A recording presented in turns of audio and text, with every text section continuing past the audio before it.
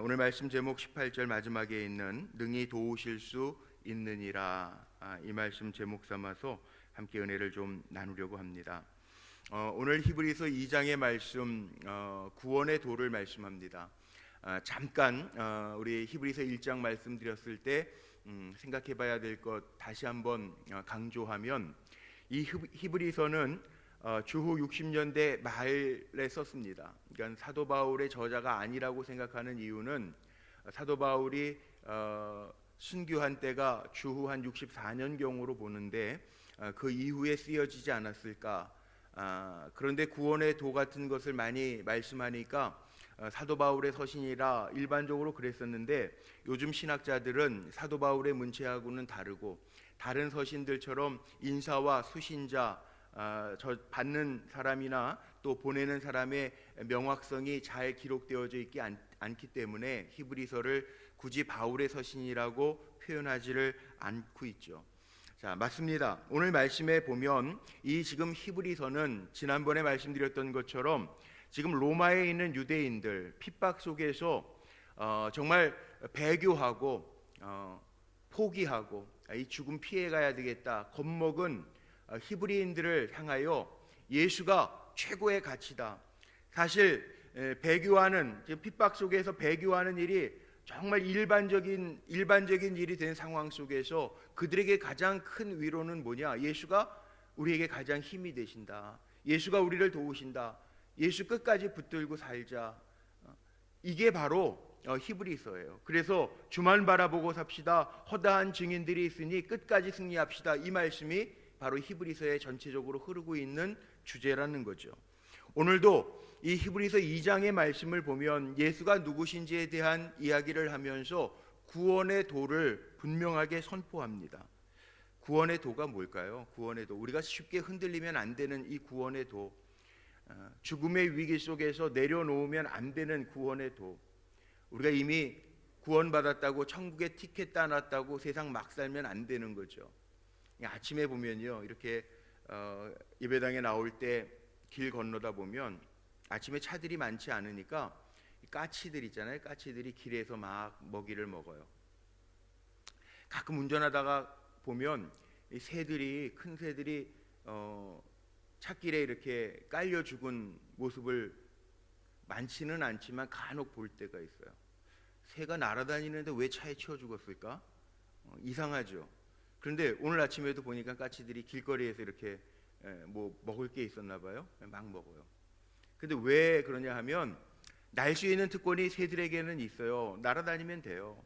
그런데 맛있는 거 있어가지고 자기들이 있으면 안 될 곳에 찻길에 거기에 먹는 거에만 정신 팔리면 날 수 있는데, 물론 새들이 예민하니까 날아갈 수도 있는데 간혹 가다가 죽는 새들을 보면 먹는 거에 너무 정신 팔려가지고 피하면 되지 뭐, 그리고 날지도 않아. 그냥 종종걸음으로 다니다가 이쪽 차선 피했는데 이쪽 차선에서 오는 차에 치여서 죽는 거예요.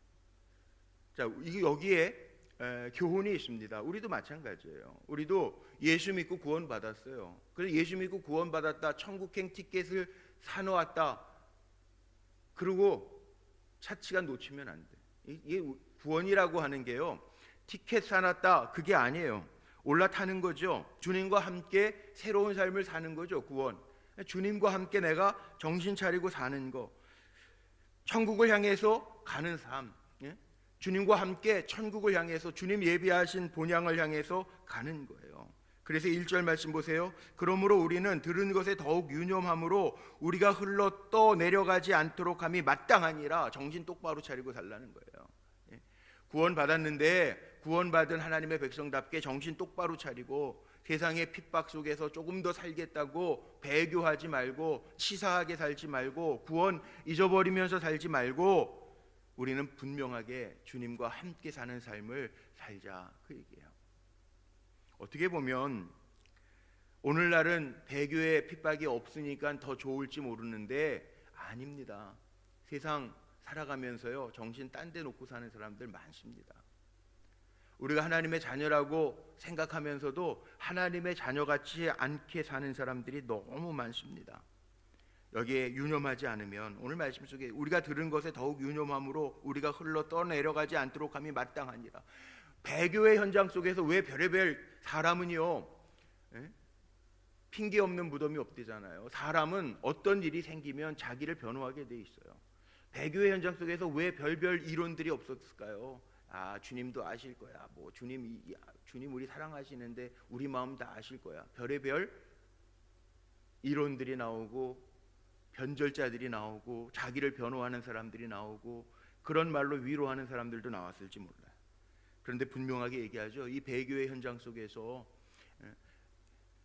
유대 그리스도인들 예수 믿는 것 때문에 핍박당하고 죽임을 당하는 현장 속에서 끝까지 믿음을 지키지 못하고 배교하는 사람들이 있을 때 그들을 향하여 우리가 들은 거, 우리가 전해 들은 거, 구원에 대하여 들은 도 그거 쉽게 포기하지 말라는 거예요. 거짓 교사의 가르침이나 배교자들의 이야기하는 것에 마음 빼앗기지 말라는 거예요. 그러면서 2절에 보세요. 천사들을 통하여 하신 말씀을 견고하게 되어 모든 범죄함과 순종하지 아니함이 공정한 보험을 받았거든. 이 천사들을 통하여 하신 말씀이 뭘까요? 이 천사들을 통하여 하신 말씀, 모세가 하나님께로부터 받은 율법의 가르침을 이야기합니다. 그 율법도 지키지 않았을 때 돌팔매질 당하는 거 아닙니까? 사도행전 때 제가 한번 말씀드린 적이 있는데 사도행전 한번 7장을 한번 펴보십시오. 사도행전 7장 앞으로 좀 앞으로 넘어가. 사도행전 7장. 사도행전 7장 53절 한번 볼까요? 사도행전 7장 199쪽에 있네요. 53절. 네.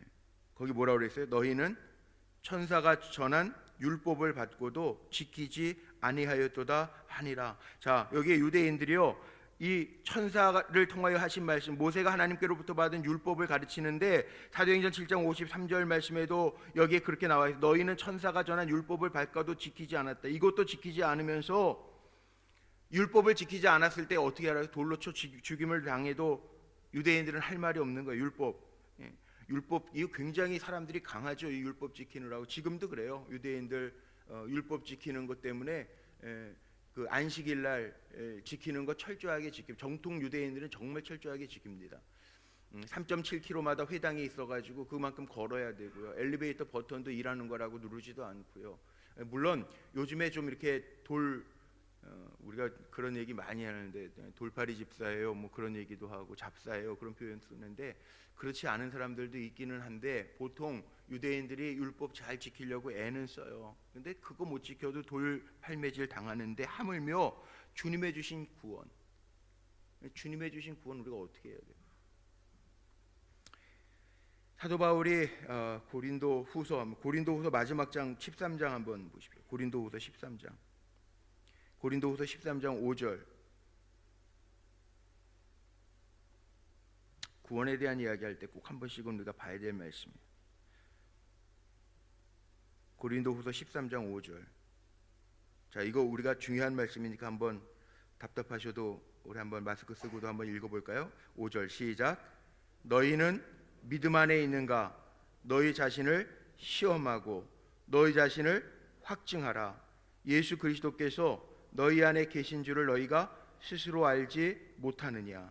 그렇지 않으면 너희는 버림받은 자니라. 이거 잘 확증해야 돼요. 우리 살아가면서요. 내가 믿음이 정말 있는가? 주님이 내 안에 계신 거, 너희 안에 계신 줄을 너희가 스스로 알지 못하느냐? 그렇지 않으면 너희는 버림받은 자니라. 주님이 나와 함께 하심을 우리가 늘 느끼지 못하면서 살면 버림받은 자래요. 이 배교하는 사람들 한번 생각해 보십시오. 주님이 함께 계신데 어떻게 난 주님 모릅니다. 그리고 배교합니까? 폴리캅 주교의 이야기 많이 들으셨죠? 화영장 끌려가면서도 야, 너 내가 예수 부인하면 살려줄게.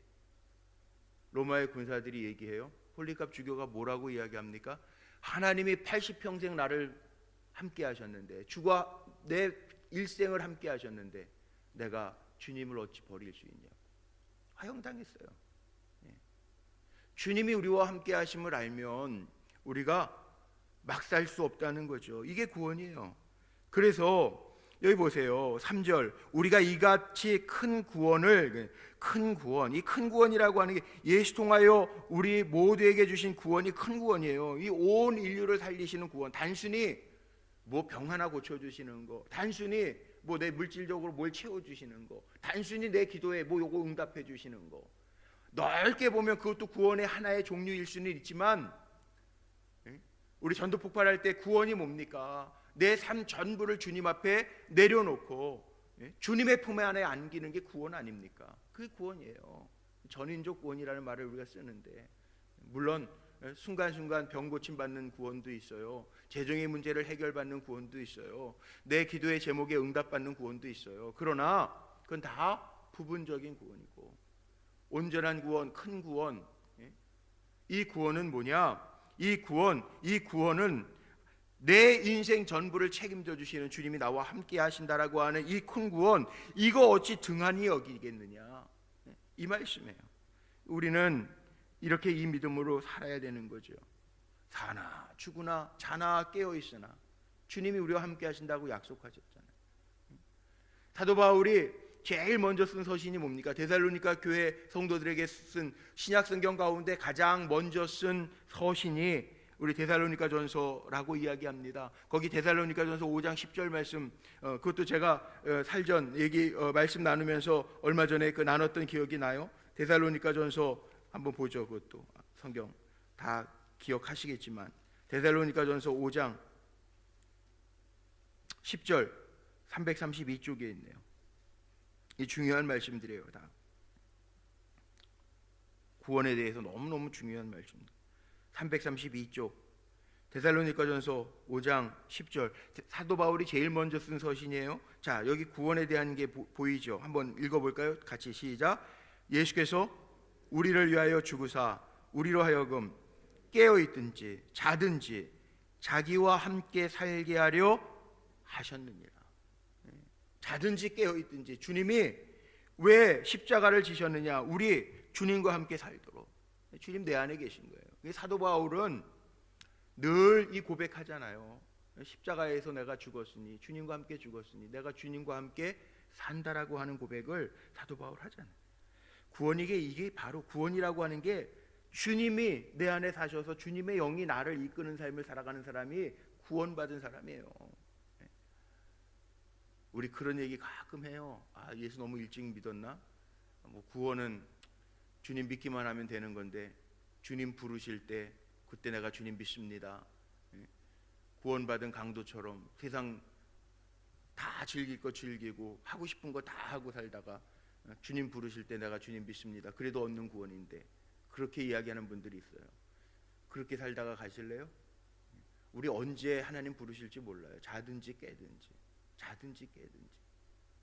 주님과 함께 살게 하시고, 우리는 주님의 영에 이끌리는 사람, 주님 내 안에 계셔서 무엇을 하든지 먹든지 마시든지 다 주님의 영광을 위하여 하다가 주님 부르실 때 그렇게 가야 스데반처럼 주님이 보좌에서 벌떡 일어나셔서 맞아주시는, 하나님 자랑하실 만한 일꾼 되는 거지. 우리 세상에서 세상락 다 즐기다가 부끄러운 구원 받지 말자고요. 이게 구원이에요. 이게 큰 구원이에요. 예수님의 구원은 뭐냐? 그 다음에 이제 설명합니다. 구원의 창시자라는 제목이 5절 위에 붙어 있죠. 자, 보세요. 이 구원의 창시자, 이 주님이 누구시냐? 우리 구원, 정말 큰 구원을 주신 주님이신데, 그 주님이 누구시냐 말이에요. 그 주님이 하나님이 우리가 말하는 바 장차 올 세상을 천사들에게 복종하게 하심이 아니니라. 만물이 그의 앞에 복종케 하셨는데 지금은 다가 아니라, 세상 살아가는 동안에 지금 그 8절 마지막에 보니까 그렇게 나와 있죠. 8절 마지막에 보세요. 만물로 그에게 복종하게 하셨은즉 복종하지 않은 것이 하나도 없어야 하겠으나 지금 우리가 만물이 아직 그에게 복종하고 있는 것을 보지 못하고, 지금은 아니라는.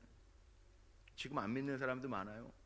복음을 전해도 너나 잘 믿으세요 그러는 사람들도 있어요. 지금은 아니라는. 그러나 주님의 구원, 그 큰 구원을 이루신 주님은 어떤 분이냐?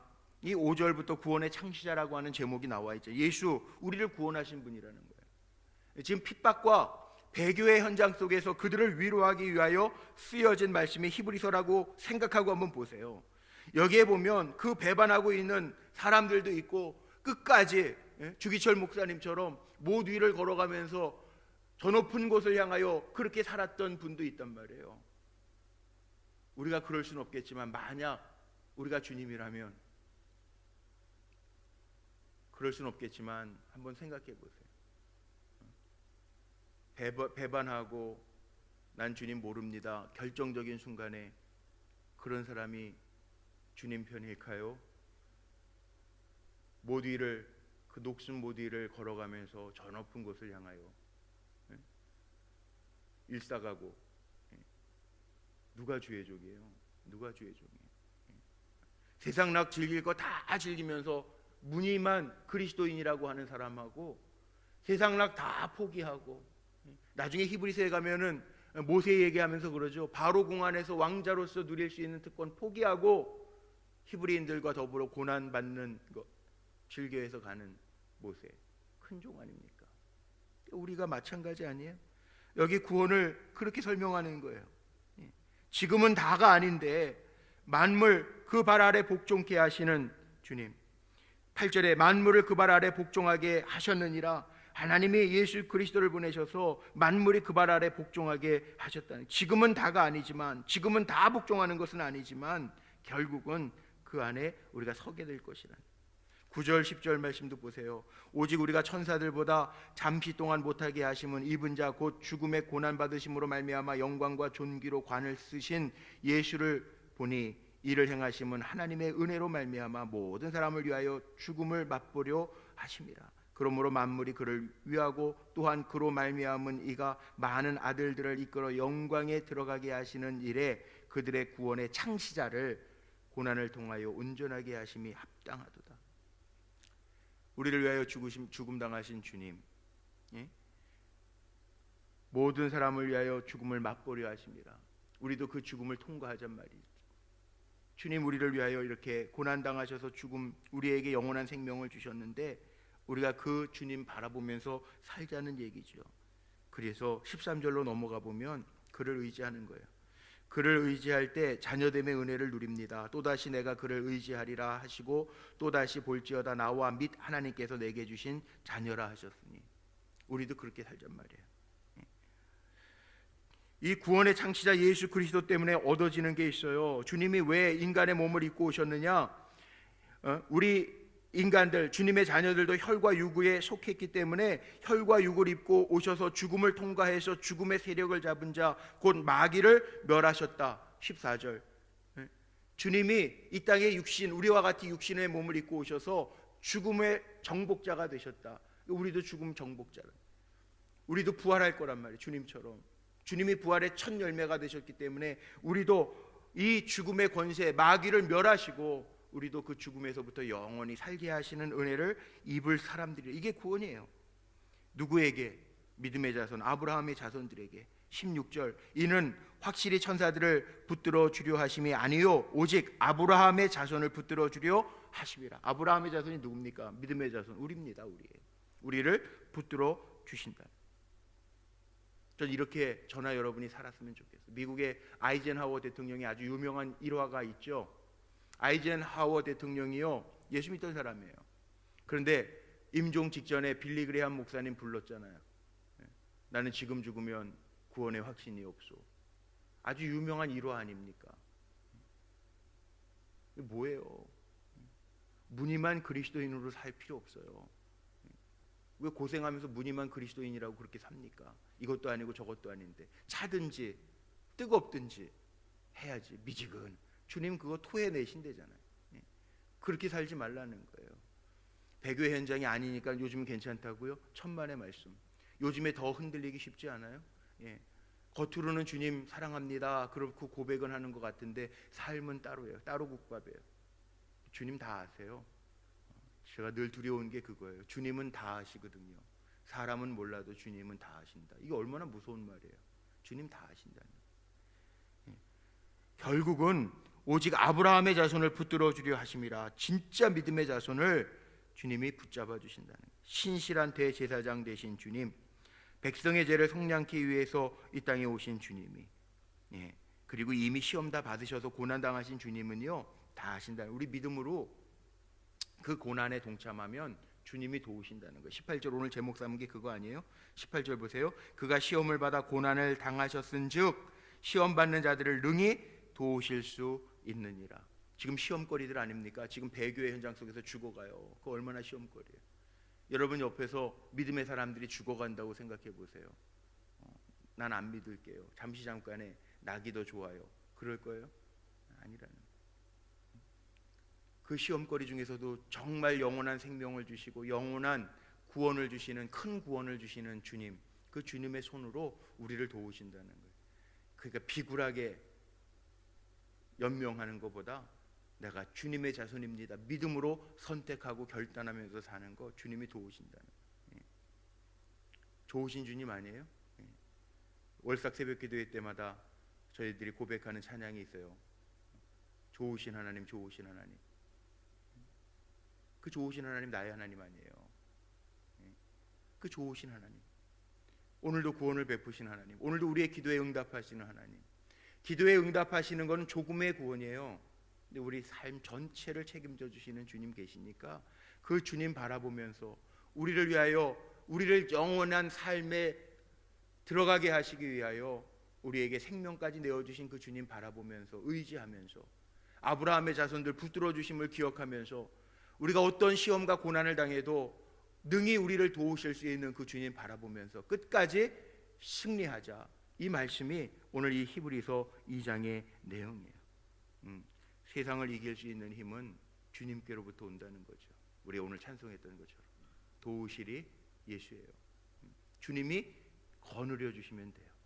오늘 사랑하는 성도님들의 삶이 뭐 우리 예수 믿는데 잠시 잠깐 주님 잠깐만요 그리고 딴짓하는 게 아니라 늘 주님과 동행하면서 주님이 거느려 주시고 주님이 도와주셔서 승리하는 삶이 다 되시기를 주님의 이름으로 축복합니다.